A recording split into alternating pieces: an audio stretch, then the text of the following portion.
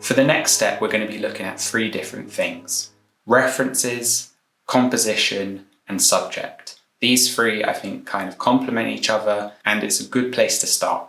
To start, let's get on with references. I use a range of references. I use photos that I take. I use photos that I find online that's royalty free. And I kind of have built up over the years loads and loads and loads and loads of photos that I've taken. And as you can see on my computer screen right here, I've got loads of imagery that I can use for my landscapes. I recommend having a folder of some sort. It could be a scrapbook, or it could be a digital one like one I have on my photos. It's very simple. It doesn't have to be too crazy. Just bring in photos that you could need in the future. Now, a lot of these photos that you can see right now are photos that, I probably won't use, but it's good to have. So the more, the better. Remember, for references, we're always going to just use parts of the reference. So if you like, let's just say, let's have a look here. So, okay. Well, I like these clouds, and I think the landscape is a little bland. I might look at this and be like, okay, I love those clouds. I'm going to use them in my painting. So I would take those clouds and I'll create a sketch where I can use those clouds, and I can change the landscape completely. So remember to use your references as just a guide, a visual guide to help you inform your painting. Now remember, references can also be found online. I usually recommend either going to stock websites where you can buy your references, or you can find royalty-free sites just like Pexels. I've been using it for years. They do great photos. They have loads of photographers that upload their work, and they allow artists like me to use their photos within my work. And like I said, we can just take parts that we like in each photo and combine them to create something completely new. The next part of the process is how we use subject in our painting. Our subject can be anything. It can be a cat, a dog, Bart Simpson. It could be anything you want. The whole point of the subject is that it's the focus of the painting. So it's our job as the painter to help the viewer see the subject as clear as possible, and it can also help drive a narrative within the painting. Take this painting I did back in 2022.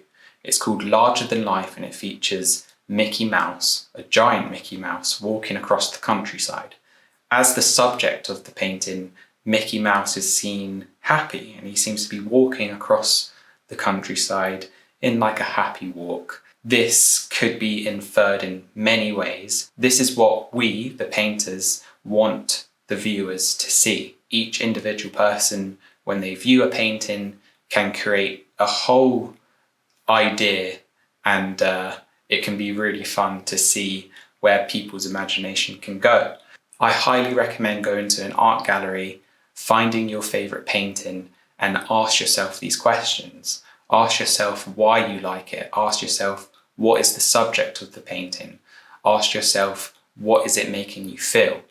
Now, I know it sounds simple, but this is actually something that can help inform and better your painting. Lastly, I'm going to talk a bit about composition. Composition in your painting is very important to pay attention to.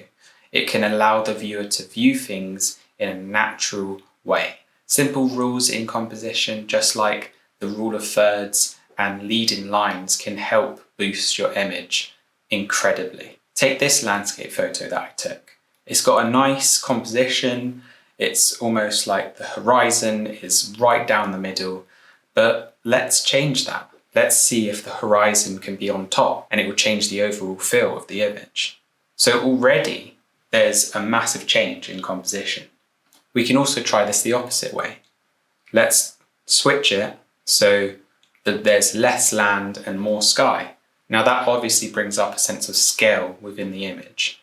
Now you'll find this in so many visual things: photography, painting, or even films. The next time you watch a film, I guarantee you there's going to be a shot where the horizon line is about down here, or the horizon line is about up here, you'll see that helps drive the viewer's eye around the image. Now let's go back to my larger than life painting. As you can see from the cyan lines, I have created a rule of thirds.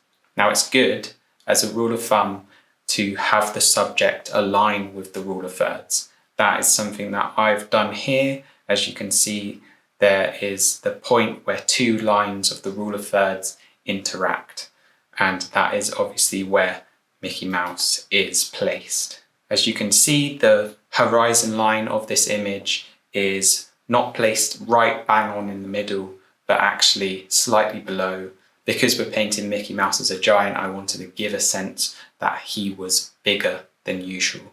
Now, adding on to composition is leading lines. Leading lines is something that we can use as painters within our paintings to help guide the viewer through the painting. So here I use leading lines to help the viewer through the image. You can see they can go up the river, to this barn, up the tree, and then to Mickey Mouse. And then after that, actually, they can go throughout the painting, and usually it circles back down and out. As you can see here, the plants are actually in the direction of Mickey Mouse, which is leading the viewer up the painting. So, as you can see there, there's a smart use of leading lines within this painting.